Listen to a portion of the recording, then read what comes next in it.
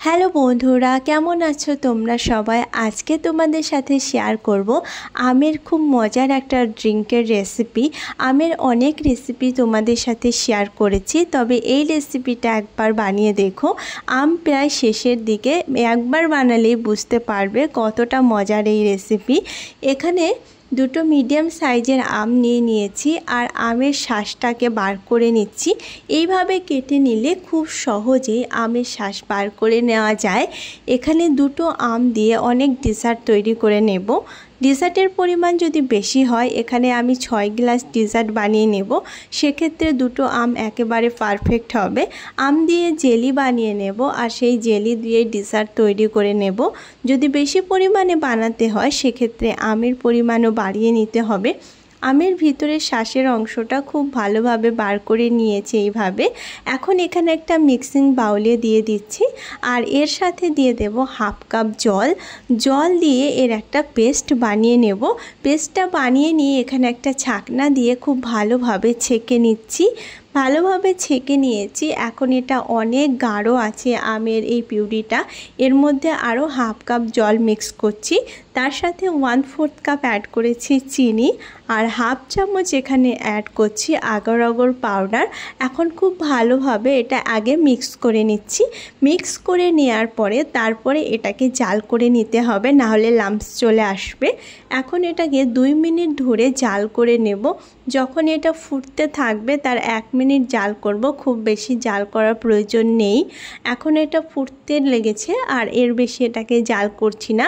ফ্লেমটাকে বন্ধ করে দিচ্ছি আর এখন একটা বাউলে এটাকে ঢেলে নিচ্ছি। এখানে একটা ছাকনা নিয়ে নিয়েছি আর ছাকনা দিয়ে আরও একবার ছেঁকে নিচ্ছি যাতে বাবলসটা না থাকে। আর এটা 15 থেকে 20 মিনিটের জন্য সেট করার জন্য রেখে দিচ্ছি একটা সাইডে। এখানে নিয়েছি 500 গ্রাম দুধটাকে জাল করে ঘন করে নেব। এখানে 500 গ্রাম দুধ নিয়ে নিয়েছি দুটো মিডিয়াম সাইজ আমের সাথে। তো যে পরিমাণে এই ডেজার্ট শরবতটা বানাবে ঠিক সেই পরিমাণে আম ও দুধ এখানে ইউজ করতে হবে। এখন দুধটাকে প্রথমে ভালো করে জাল করে নিয়ে হালকা একটু ঘন করে নেব। দুধটা যখন খুব ভালোভাবে জাল করে নেব তারপরে এখানে অ্যাড করব চিনি। নিজের পছন্দ মতো মিষ্টি এখানে ব্যবহার করা যাবে বা কনডেন্স মিল্কও ইউজ করা যাবে। আর তার সাথে সাথে এখানে অ্যাড করছি কিছু ড্রাই ফ্রুটস আর এখানে দিয়ে দিয়েছি কেশর।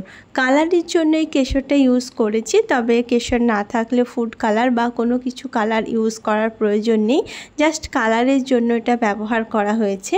এখন খুব ভালোভাবে আরও 5 মিনিট ধরে দুধটা জাল করে হালকা একটু ঘন করে নিয়েছি। হালকা একটু ঘন হলে এটা খেতে কিন্তু অনেক বেশি মজার হয়। এখন এটা রেডি হয়ে গেছে, ঠান্ডা হওয়ার জন্য রেখে দিচ্ছি।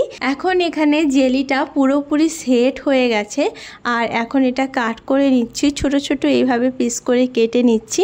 আমের জেলি খেতে কিন্তু অনেক বেশি মজার হয়, বাচ্চারা জেলি খুব পছন্দ করে। তো সেক্ষেত্রে এইভাবে শুধুমাত্র জেলি বানিয়েও কিন্তু সার্ভ করা যাবে, কিছুদিন পর্যন্ত রেখেও দেওয়া যাবে এটা ফ্রিজে আর এনজয় করা যাবে। এখন এটা দেখো খুব সুন্দরভাবে কেটে নিয়েছি, কতটা সুন্দর জেলি তৈরি হয়ে গেছে। আর এই জেলি দিয়েই এই ডেজার্টটা তৈরি করে নেব। এই জেলি এমনিতে খেলেও অনেক বেশি মজার হয়। এখানে আমি নিয়ে নিয়েছি সাবজা বীজ, এখানে 2 চামচ সাবজার বীজ নিয়ে নিয়েছি। যে কোনো শরবত বা ড্রিঙ্কে ইউজ করলে এটা অনেক বেশি হেলদি হয় আর রিফ্রেশ করে, তাই এখানে আমি সাবজা বীজটা নিয়েছি। এটা পুরোপুরি অপশনাল। এখন এটাকে ভিজিয়ে রেখে দিচ্ছি 5 মিনিটের মধ্যে। এটা পুরোপুরি ফুলে যাবে, জল দিয়ে ভিজিয়ে রেখে দিচ্ছি। আর এখন এখানে একটা বাউলে ঢেলে নিচ্ছি দুধের মিশ্রণটা। এখানে আমি 6 গ্লাস ড্রিঙ্ক বানিয়ে নেব। তো যে পরিমাণে ড্রিঙ্ক বানাতে হবে সেক্ষেত্রে দুধ এবং আমের পরিমাণ বাড়িয়ে নিতে হবে। তো এখানে দুধটা ঢেলে নিয়েছি, এতে অ্যাড করব আমের জেলিটা। দেখতে পাচ্ছ কতটা সুন্দর, আর তার সাথে সাথে সাবজা বীজটাও ফুলে উঠেছে, এটাও এখানে অ্যাড করে খুব ভালোভাবে মিক্স করে নিচ্ছি। আর এখন এই ড্রিঙ্কটা রেডি। এটা ঠান্ডা ঠান্ডা সার্ভ করলে অনেক বেশি মজার হয়, তাই এটা ফ্রিজে কিছুক্ষণের জন্য রেখে দিয়ে তারপরে সার্ভ করলে খেতে অনেক বেশি ভালো লাগবে। আমের সিজন প্রায় শেষের দিকে, তবে এবছরের লাস্টে এই রেসিপিটা একবার বানিয়ে দেখো, আশা করছি সবার খুব ভালো লাগবে। এই তীব্র গরমে আমের এই ড্রিঙ্কের রেসিপি একবার বানালে বারবার বানাতে ইচ্ছে করবে। আজকের রেসিপি যদি কোথাও ভালো লেগে থাকে অবশ্যই একটা লাইক করো। এরকম মজার, ইজি আর সহজ রেসিপি দেখার জন্য আমার চ্যানেলকে সাবস্ক্রাইব করো।